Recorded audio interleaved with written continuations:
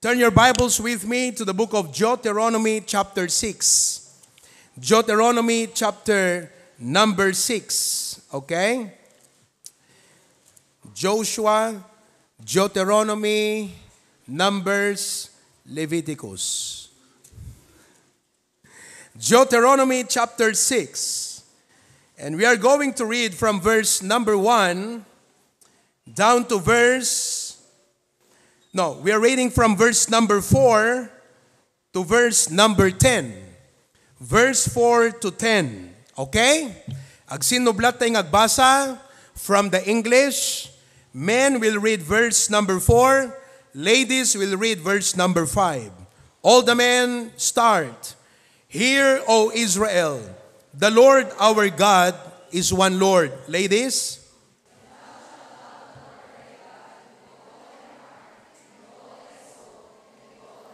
Amen.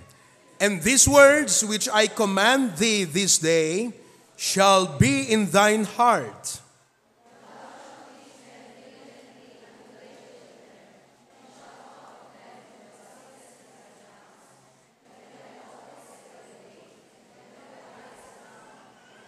All the men, and thou shalt bind them for a sign upon thine hand, and they shall be as frontlets between thine eyes.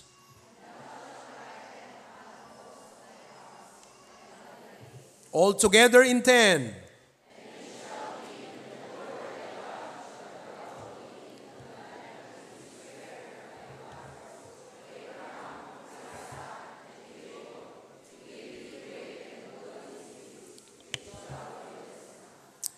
Sa lahat ng mahigit 50 na linggo sa isang taon, bakit po tayo nagtalaga ng isang araw o isang linggo na ang ating pag-uusapan ay tungkol sa pamilya? Let me ask, who among of you are here today as a kompleto na pamilya? Pakitaas ka ng kamay. Kompleto kayo. Very good. Palakpakan natin sila. Okay? Now, who among of you are still praying that one day, madala nyo ang buong pamilya kasama sa simbahan? Taas ang kamay. Very good. Very good. One of the reasons why we are emphasizing family today is because God cares for the family. It matters to Him. It matters to God, and because of that, it matters in our church. Hello? When the home fails, society will fail. Sino ang mga susunod na presidente? Saan galing? Sino ang mga susunod na gobernador? Principal? Or may-ari ng malalaking mga negosyo sa Ilocandia at Cagayan? They all come from the family. And if the family fails, society will fail. You might be wondering how we who are probably in the minority, minoridad pa tayo, kakaunti, can actually make a difference in such a wide range of society like of Ilocandia, Cagayan, Isabela, La Union, Pangasinan, and the rest. But I believe that the difference and change starts in our own houses. One home after the other. Who could imagine and believe that perhaps one day, itong mga maliliit na anak natin, isa dyan ay maging mayor ng Bacara, maging congressman ng una distrito, maging gobernador ng Ilocos Norte, o maging isa sa mga preachers o pastors ng HBBC ministry. If we have trained them well and prepared them right, then we are seeing a brighter future of not only the HBBC, but our society. So I bring to you this burden and need and care and concern. Huwag niyong problemahin muna yung pamilya sa kapitbahay, ang una nating isipin, yung mismong mga pamilya natin. Kung may bagong ref yung kapitbahay nyo, huwag kayong maiinggit doon. Meron tayong ugaling Pinoy, Ilocano, na mainggitin. Maganda yung bahay mo. Nung nagpatayo yung kapitbahay ng mas malaki, pangit na ang tingin mo sa bahay mo.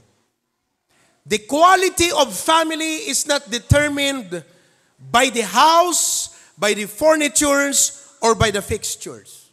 The quality of the family is determined by its foundation.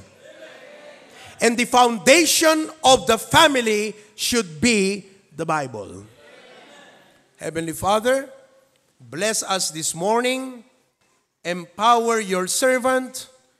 At sana po'y uuwi po kami ngayon na convicted, moved, and that we will decide to make a difference in this world, starting in our own homes and families. Salamat po, Panginoon. In Jesus' name we pray. Amen. And you can now be seated. The Bible says in Matthew chapter 7, verse 24 hanggang 27, ito po ay kwento na kinakanta ng ating mga anak madalas. And parents, you better learn this song. If you know it, sing with me. A wise man built his house upon the rock. The wise man built his house upon the rock. The wise man built his house upon the rock. And the rain came tumbling down. The rain came down and the floods came up. The rain came down and came up. Can you put that? The rain came down and the house of the wise stood firm. The quality of that house was not determined by its paint color. Hindi po sa kulay ng pintura. It wasn't determined by the number of rooms. Kung ilang kwarto yan. May mga bahay nga, isang kwarto lang. Sa Manila, isang kwarto lang. Nandun na ang sala, nandun na ang kitchen, nandun na ang bedroom, at saka isang bathroom. Yun lang. So the quality of the house is not primarily determined by its paint color, by its design, or by the number of rooms. But the quality of the house is determined by its foundation. Saan siya itinayo? Kaya kung kayo po ay single at nagbabalak kayong mag-asawa, meron po ba dito? Pakitaas ka ng kamay ng mga single na nagbabalak mag-asawa. Walang nagtaas. Sino po ang mga single na wala ng planong mag-asawa? Taas ka ng kamay. Meron. Okay. Happy Independence Day. But if you are planning to start a family, you have to lay the right foundation. On the other hand, the song goes, the foolish man built his house upon the sand. The foolish man built his house upon the sand. Darat. The foolish man built his house upon the sand, and the rains came tumbling down. The rains came down, and the floods came up. The rains came down, and the floods came up. The rains came down, and the floods came up. And the foolish man's house went splat. Nasira. Kahit po maganda ang pintura, maganda ang design, madaming kwarto, aircon pa, nasira in the test of time. So today, mga kapatid, we are going to take the instruction of the Word of God seriously. Hello. and practically, because we love our children and we want them to have a great future. And if we want that to happen, we must prepare them by building our families on the foundation of the Word of God. Huwag po tayo sa trend. Dapat tayo sa truth. Huwag po tayo sa tradisyon. Dapat tayo sa truth. Naunawaan po natin. Merong poem na kinompose ko during the pandemic. At ito ay mensahe para sa kabataan. Ganito po ang mensahe para sa kabataan. Compose po ng inyong pastor ito. Hindi dahil viral, beneficial. You have to think about that. Hindi dahil uso, pwedeng pang-Kristiyano. Naiintriga ka sa trending. Pero ang Panginoon, hindi sa iyo exciting. Magaling kang gumawa ng meme, pero you don't know Him. You see how young people are built upon the foundation of viral. Hello? Social media, peer pressure, yan ang pundasyon ng kanilang buhay. How will they withstand the test of time? Next, marami kang hugot kung saan-saan mo napulot. Tapos nakagapos ka sa League of Legends, sayang ang oras na ini-spend. Kayong mga lalaki na mahilig sa League of Legends. Yan ang pundasyon ng buhay nyo. Ano ang inyong i-expect na maganda? Yung iba, todo sa Call of Duty. Dahil dito, failure sa spiritual duty. Sa TikTok naman, agad ay sumakay. Pero mga kaibigan, hindi man lang maakay. Ay, naku, ang galing mong mag-TikTok. Hindi mo man lang maakay ang mga kaibigan mo sa church. Young people, i-analyze nyo to.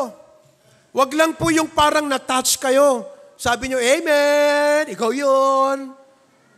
I-realize nyo to. Where are you building your life upon? Ito ang mensahe. Last. Panahon ng ma-shift ang mga atensyon natin. From technology to theology. Gamitin ang media para maipahayag siya. Imbes na manood ng flip-top, spiritual life ang i-develop. Hayaang Panginoon ang maghari at huwag gawing Diyos ang sarili. Palakpak naman dyan.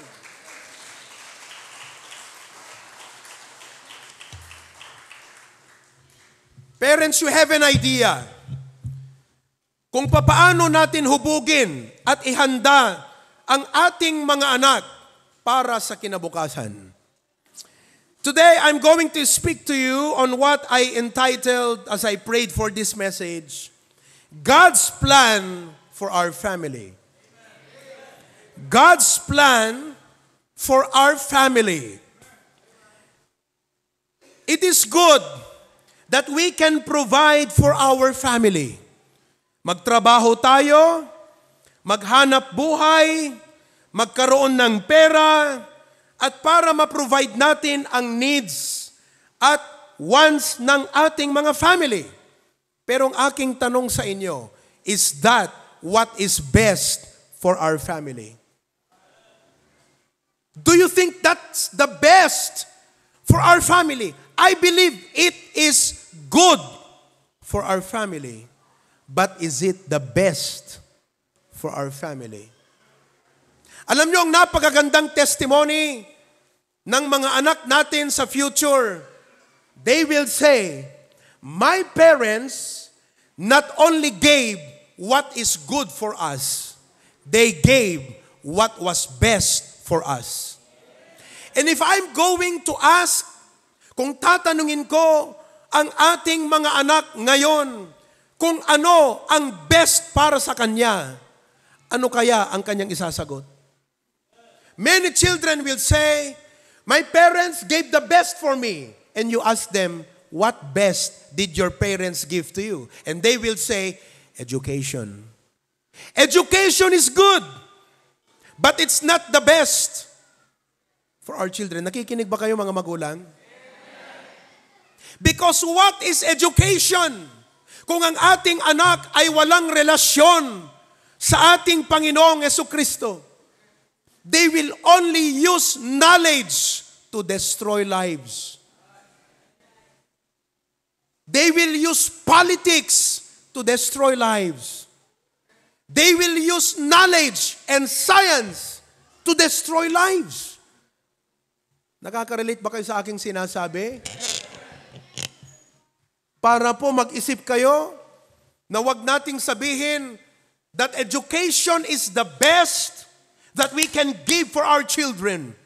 It is good, but it's not the best. Hello? So today, I'm going to speak to you on what is the best for our families.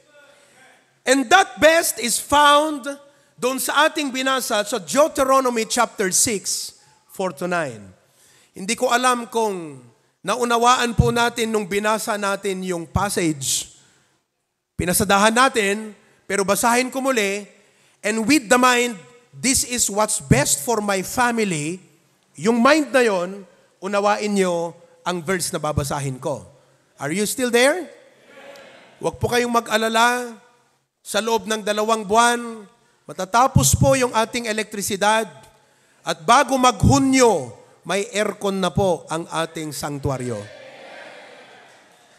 We already talk to some suppliers and nag-canvas na tayo. 7 na tigpa 5 tonner ang ating ilalagay dito. Kaya hindi na po pamaypay ang dadalhin nyo sa Hunyo. Jacket at sweater na. Yung iba, unan ken ules. Kasi natutulog kayo eh.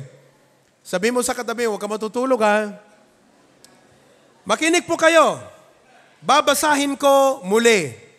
At ang aking babasahin, ito po ang pinaka-best para sa ating mga pamilya. Dito sa verse 4 sabi niya, Hear, O Israel, palitan ko, Hear, O HBBC, the Lord our God is one Lord. Thou shalt love the Lord thy God with all thine heart, with all thy soul, and with all thy might. And these words which I command thee this day shall be in thine heart, and thou shalt teach them diligently unto thy children. Shalt talk of them when thou sittest in thine house, and when thou walkest by the way, and when thou liest down, and when thou risest up, and thou shalt bind them for a sign upon thine hand, and they shall be as frontlets between thine eyes, and thou shalt write them upon the posts of thy house and on thy gates. Ang pinakapunto rito, mga kapatid, ay pagmamahal sa Diyos. What is best for our family is for our families to learn to love God. Patutunayan ko po yan. In comparison with wealth, in comparison with a good career, and in comparison with a bright, wonderful house. Because what is best for our family is what? Teka. Pres ako ng pres dito, hindi na pa kayo nakikinig. What is best for our family is for our family to learn to what? Love God. Now, I can talk from the Bible today about financial literacy. I can.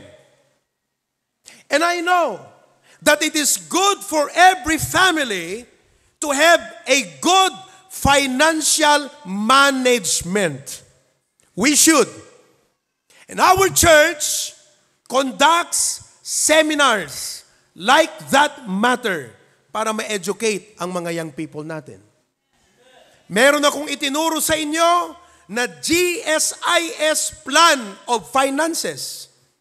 Letter G, when you have money, letter G, give generously. Letter S, save objectively. Wag lang yung tabi ka ng tabi ng pera sa bangko mo para masabi mong may milyon ka. Ano ang objective? Ang pagsisave, pag walang objective, kasalanan po yan because you are hoarding. Kaya kung magtabi ka ng pera, it's always for a purpose. Save objectively. Letter I, invest wisely. Naintindihan nyo? Invest wisely. And letter S is spend discreetly. Gumastos ka, naisipin mo bago ka gumastos. Hindi yung gumastos ka na, saka ka nag-isip. Ba't ko ba binili ito? Ba't ba natin nabili ito? Mag-isip ka muna bago gumastos. Hindi yung gumastos ka na, saka ka nag-isip. Mali. Nakita po ninyo, lahat po yan nasa Bible. So nakita nyo that even Bible can teach you how to be financially strong, how to be financially stable, but that is not the best that our family should learn. That is good, but it's not the best. Hello? In our church, meron tayong seminar, career seminar. Every youth camp, nakakaroon po tayo ng career orientation. Because we want those senior high to not just pick a college course that they like. They should be guided in what college course to take up after finishing their high school. Bakit? Sapagkat kaming mga pastor, pinapanalangin naming pagpalain kayo ng Diyos. However, listen to me again. Career orientation is good for our children, but it is not the best. Bakit po? Marami na akong nakitang mga pamilya na financially strong, pero wala na sa gawain ng Panginoon. Hindi nagbibigay, dahil sa kanilang blessing, hindi makapag-church. Hello? Masyado nang pinayaman ng Panginoon, lumaki ang ulo imbes na puso. Mayabang na hindi na pwedeng turuan ng pastor. Kaya po, financial literacy is good, but there must be a foundation to that. Career guidance is good, but there ought to be a foundation to that. And that foundation, friends, is found in the passage that we read today. That is to love God. Pag mahal mo ang Diyos, okay ka na. Given the knowledge and wisdom of financial literacy, given the knowledge and wisdom of career guidance and family building, with that as your foundation, okay ka. That's why this message is the best for our families. Ngayon po, huwag niyong sabihin, pastor, baka naman ang tatalakayin mo ngayon, papaano magpalaki ng maliliit na bata? Tama ka. Magsasalita po ako ngayon ng pagpapalaki ng maliit na bata. Kung natin iti Ilocano, nalakat agpadakkel. Nalakat agpadakkel. Ibatim di ubing mo di kusina, kargaam tarep, dumakkel da ubing. Tinarigat agpatanor ti ubing. To develop their quality and character, to increase their caliber. Yun po ang very challenging. Hello? Pastor, baka naman pagpapalaki ng maliit na bata. Paano yan, Pastor? Lolo na ako Sino po ang mga lolo dito? Pakitaas ka ng kamay. Ayan si Pastor John ang inyong leader po dyan. Mga lola. Ayan Kayo ang mga tinatawag na Jolly 60s. Itong mga bata, mga Jollibees. Maingay yan. Pero ang message po na ito ay hindi lang pang magulang na katulad namin na nagsisimula sa pamilya. Bakit po? Sa chapter 6 ng Deuteronomio, sa unang bersikulo, ganito ang nakalagay. First verse, Deuteronomy 6:1. Now, these are the commandments, the statutes, and the judgments which the Lord your God commanded to teach, that ye might do them in the land whither you go to possess. Verse 2. That thou mightest fear the Lord thy God, to keep all his statutes and commandments, which I command thee. Now watch. Thou and thy son and thy son's son. Tito Jerry, anong ibig sabihin nun? Son's son. Putot, putot ko. Tama ba ako? Putot, putot ko. Tito Jerry, meron ka na bang putot ng putot mo? Meron, wala? Ang tawag dyan, apo. So itong message na to, hindi lang po para sa mga katulad namin na nasa mid-age, na nagpapalaki pa lang ng mga maliit na bata at nagpapalaki ng mga teenager na mga bata, pati mga lolo at lola, makinig kayo sapagkat para sa inyo rin ito. For thy son and thy son's son. Maikli lang po yung point na aking isi-share sa inyo ngayong umaga. Ang mahaba lang itong introduction. Totoo po yun. Okay? Pastor, bakit ba ginawang issue o topic ng Diyos pagdating sa pamilya yung pag-ibig sa Kanya? Why? Alam nyo, ilang beses ko nang nabasa ang Old Testament sa biyaya ng Panginoon. Naobserbahan ko po, sa bansang Israel, ang susi ng kanilang pagpapala na siya ring antidote o naging dahilan kung bakit sila ay nagkakaroon ng problema bilang bansa as being driven from their place, overcome by their enemy, the presence and blessing of God is absent, is because of this. Bakit? Okay. Ang problema kasi ng bansang Israel palagi is idolatry.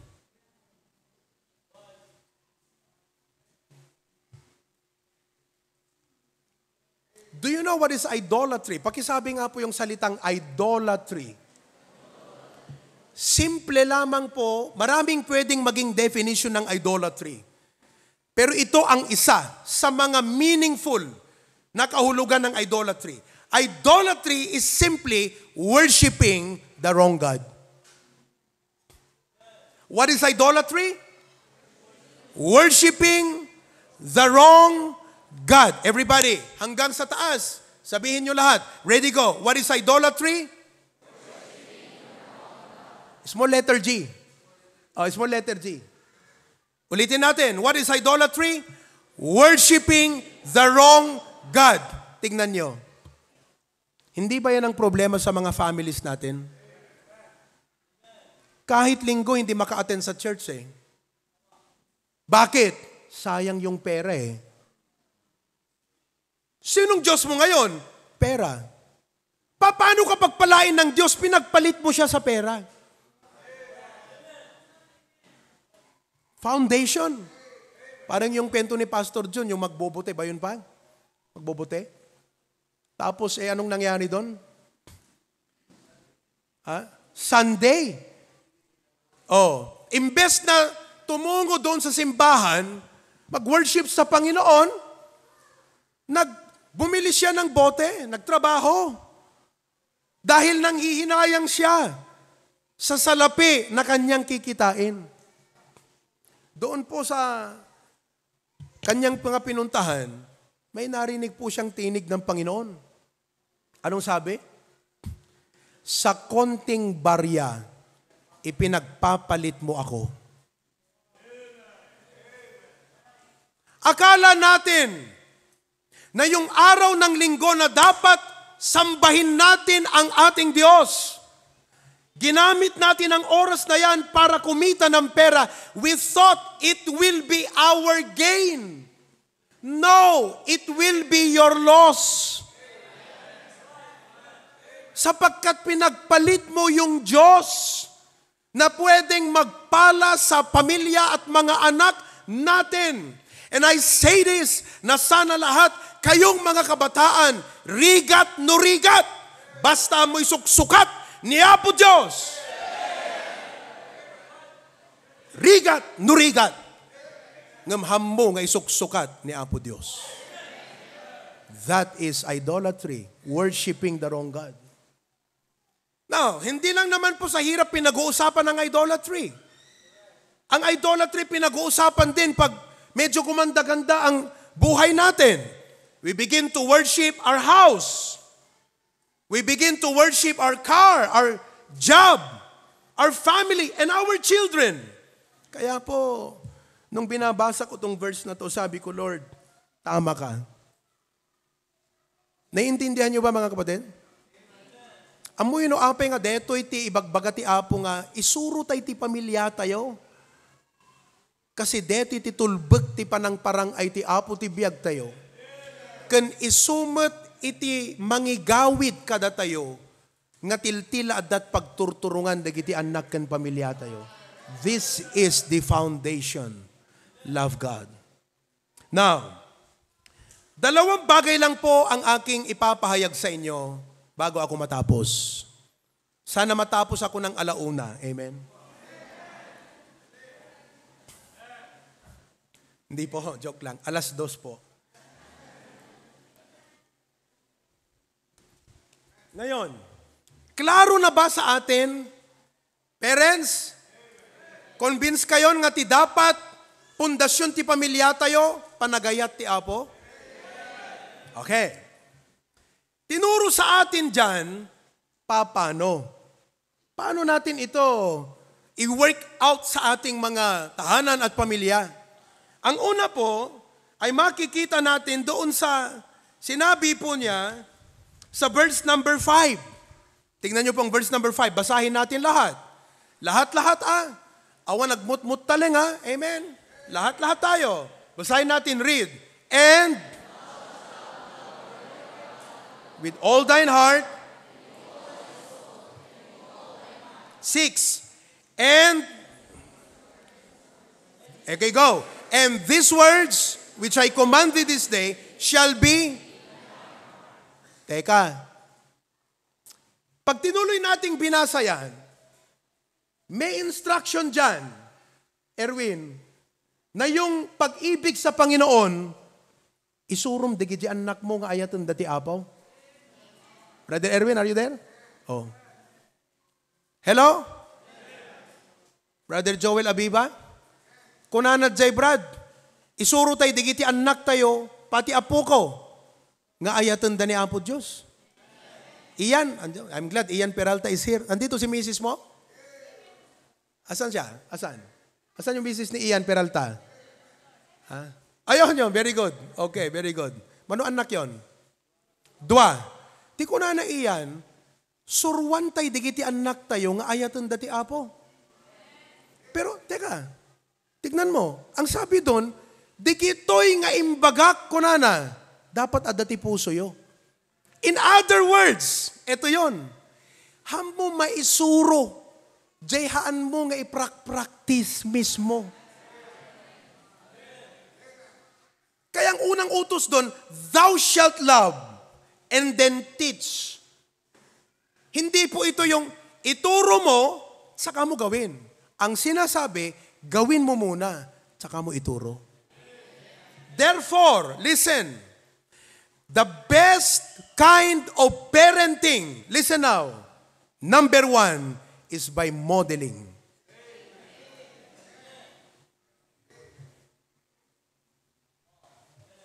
Modeling it.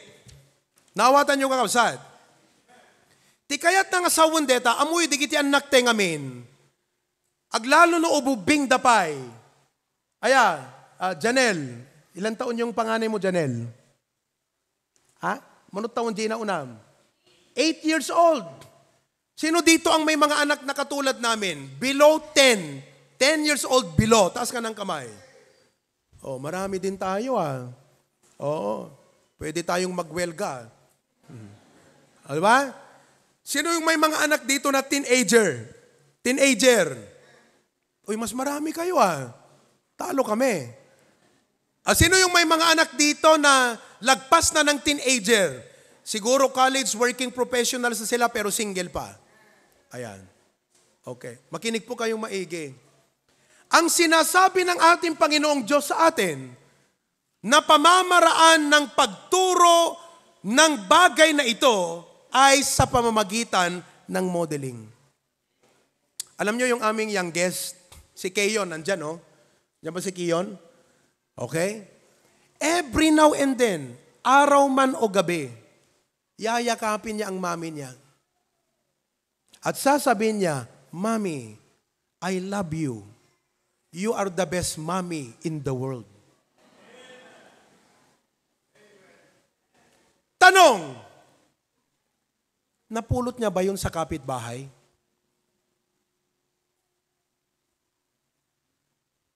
If you're a mother and your child comes to you and say those words, how would you feel? Napulot niya ba yan sa kapitbahay? Nagaya ba niya yan sa kanyang mga kalaro? Do you know how Keyon learned to express his love to his mother? Because Keyon always hear me tell my wife, mahal ko, I love you. Hindi lang isang beses sa isang araw. And I intentionally do that. Every day, I tell my wife, mahal ko, I love you. Pag sinasabi ko yun, nakikinig pala si Keyon. Kaya pagdating ng gabi, yayakapin niya ang mami niya. Sabi niya, Mommy, I love you. You're the best mommy in the world. Modeling, mga kapatid. Tekonakon, napintas nga mapante agubra, nga maipaay tayo, ti kasapulan, ti pamilya tayo. But again, it is good. But what is the best for them? Teach them to love the Lord. In-example ko la di nga modeling.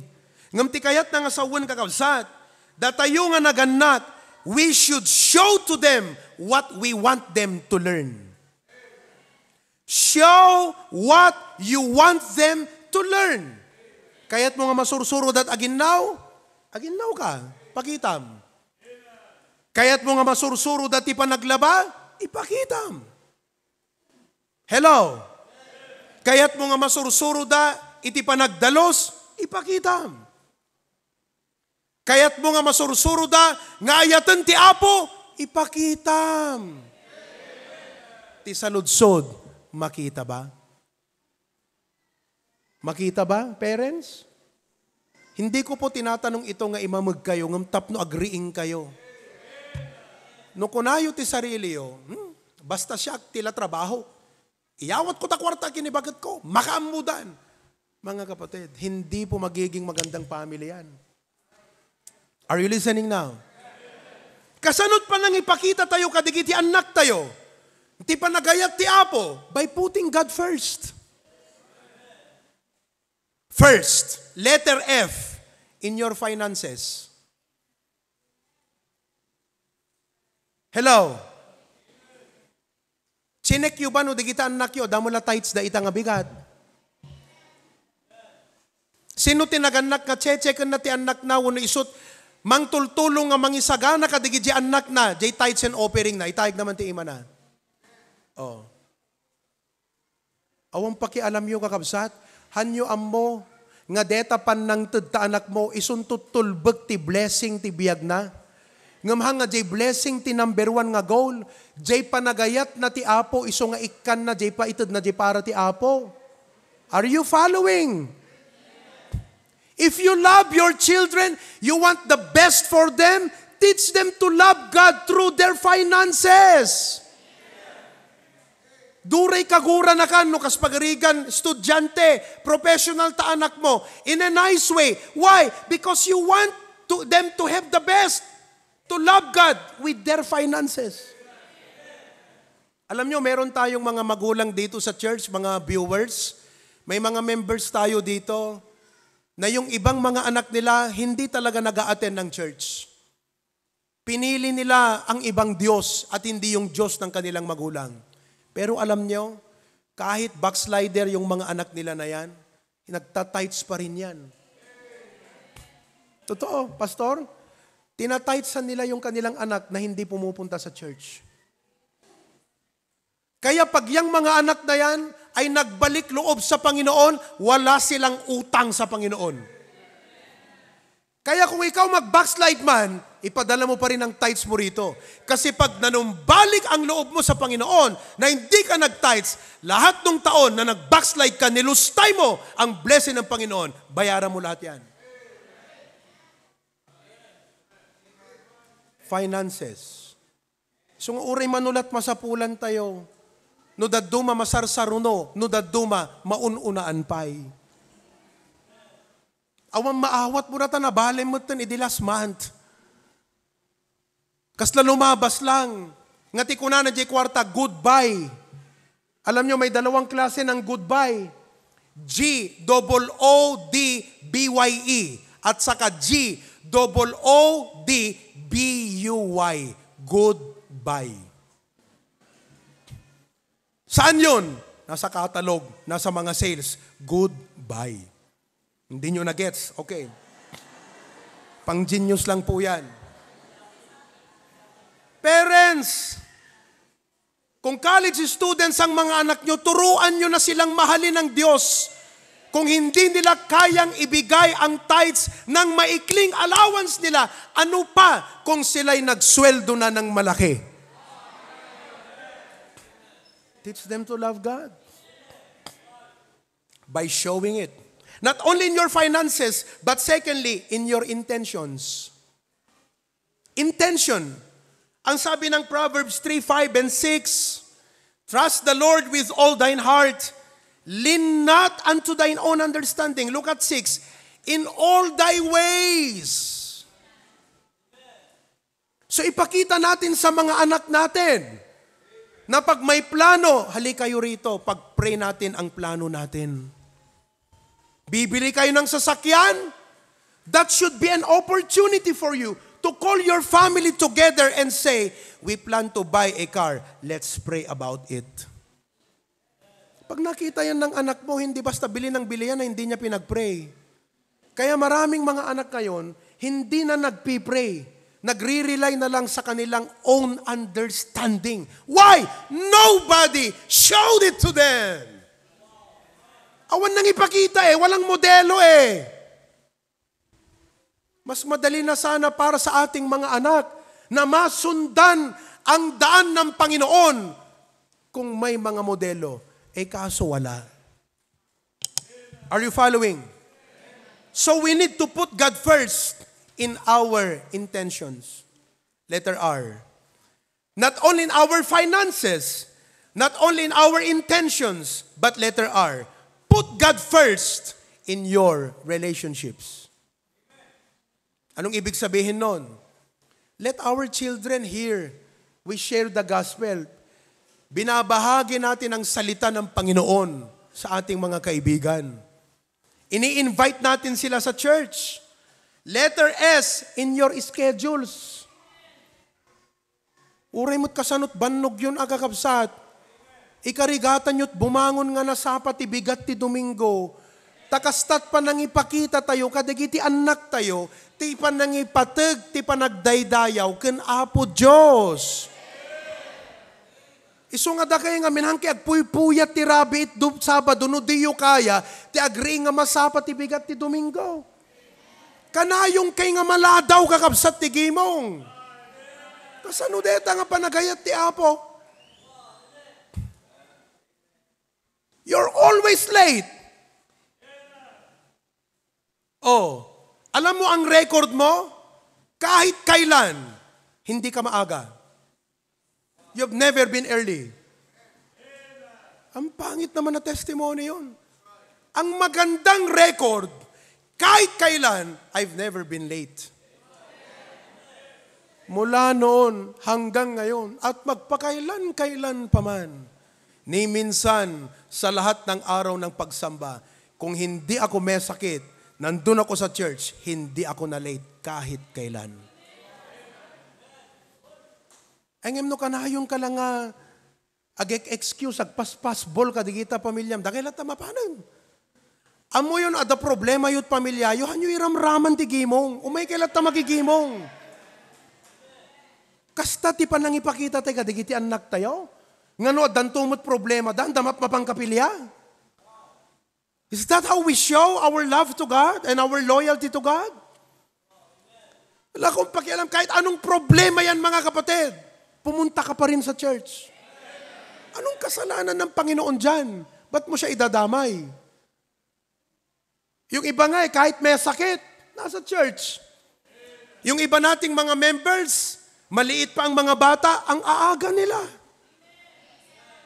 Oh, sino dito yung may mga maliliit na bata? Napapansin ko ilang linggo na, praise God, itong family ni Brother Fernan, maaga sila.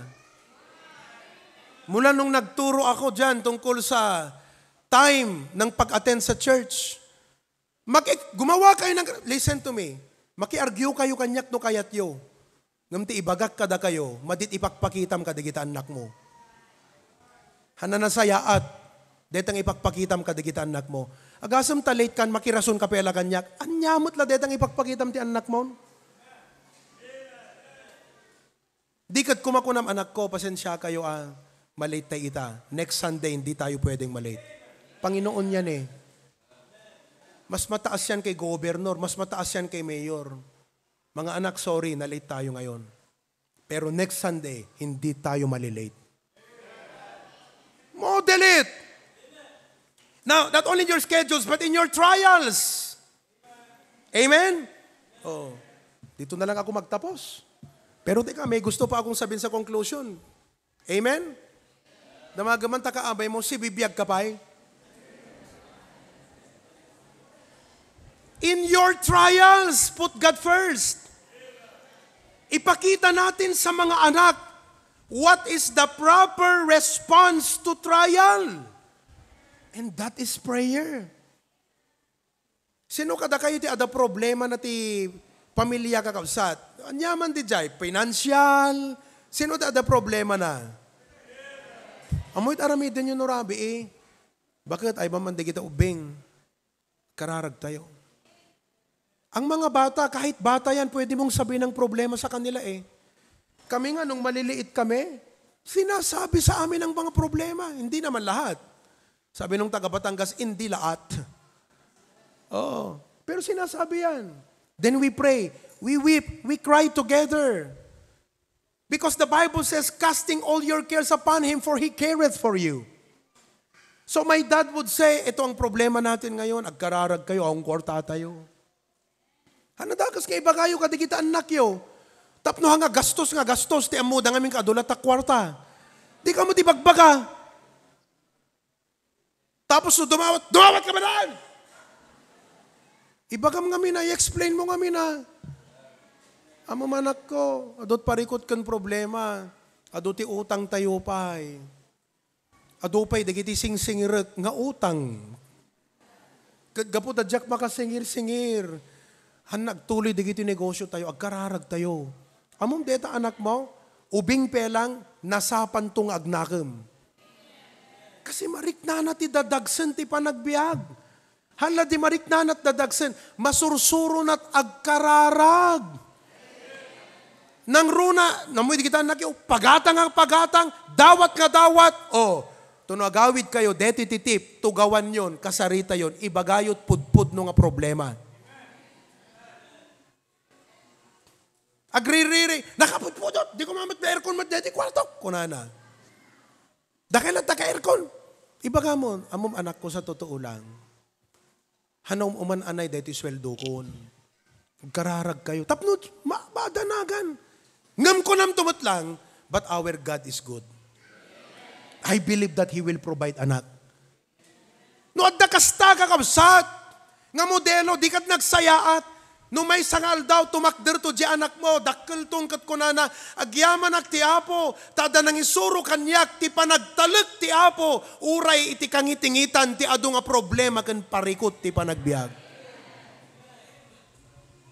That foundation will make our families strong.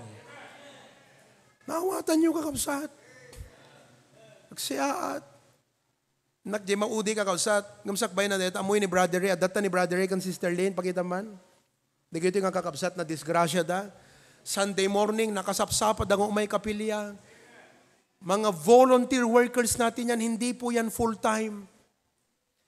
Nagdenegosyo po sila. And they are willing to go to Dingras na napakalayo. Sinasama niyan si Preacher Rohel. Papunta sa church ng isang linggo, 3 Sundays ago, na aksidente po silang dalawa. Pero alam nyo, sa tulong ng Panginoon and how the HBBC showed the love of God to them, ang sabi nga ni Brother Ray sa akin, makasangit ko na pastor, nariknag, truly, HBBC cares. We assisted them, pati yung misis niya, tumulong yung mga ibang adults, nagpunta sa bahay, may naglaba dyan, nagluto dyan.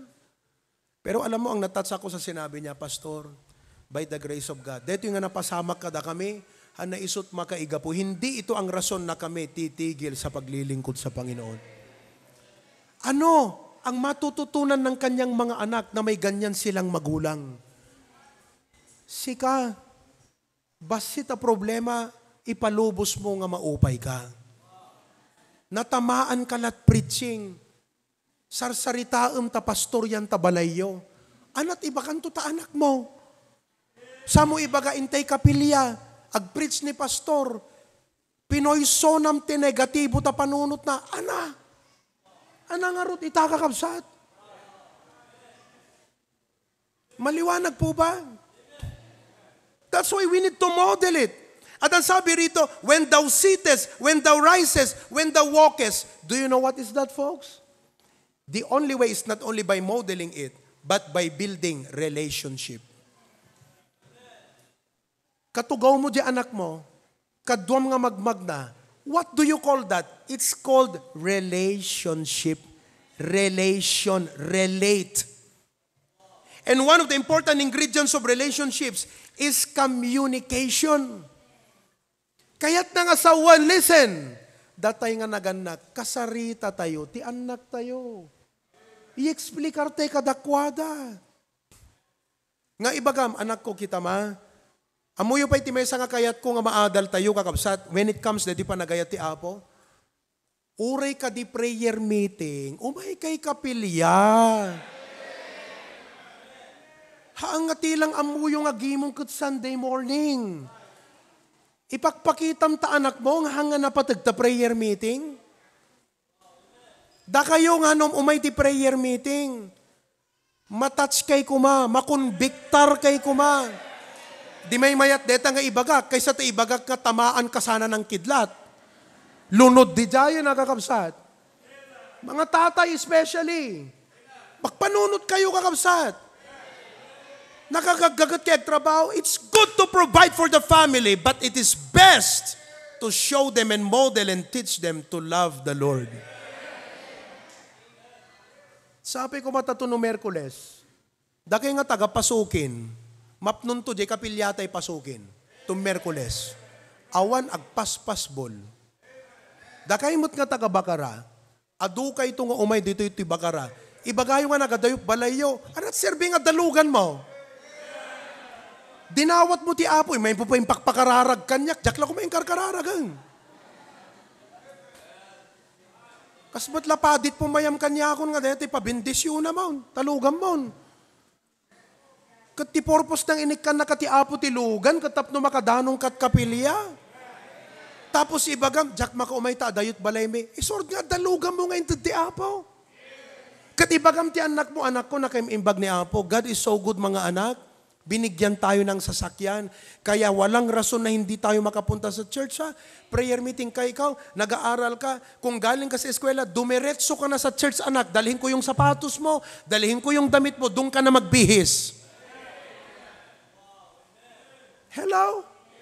Nuhantay yung nga ikaso, nuhantay nga itat, ikanti patag, digitoy nga may bagbaga kada kayo kakabsat, rumswan tumanlangan, digita nga anak tayo, nga professional, nga nagtatangkan ti ulo na.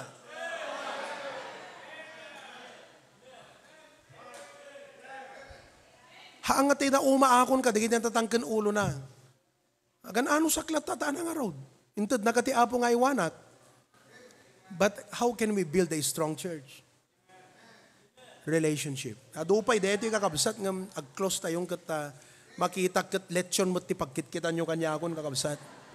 Mabising kayo. But it's good to be, nagpintas nga nangagantay, di gito itang abigat. Were you blessed? Ag-family devotion tayo amin orabi, ah? Da kayo, damagag to, no nag-family devotion kayo. No hanyo inaramid, pag hindi nyo ginawa, maliban sa mga nasa abroad, aasahan nyo to, pupunta ako sa bahay nyo, kami ng misis ko, tutulungan namin kayong magsimula ng family devotion. Huwag nyong isipin na pakainin kami. Kami ang magdadala ng pagkain sa inyo. Papaluto ako. Dito, bibili ako dyan ng lechon manok. Pupuntahan ko yung bahay ni brother, ano't naganti yung father ni brother Nico Tayan? Anselmo, brother Anselmo. O brother, umayak to tabalayo, sakyo. Kunanan ni Apo Jesus, bumaba ka ta umayak tabalayo. Mangrugi tayo ti family devotion. Tuturuan ko kayo paano magsimula ng family devotion. Amen po ba? Hindi lang ho ito, basta nag-preach ako. Kinakailangan may implementation ito. Instruction ng Diyos.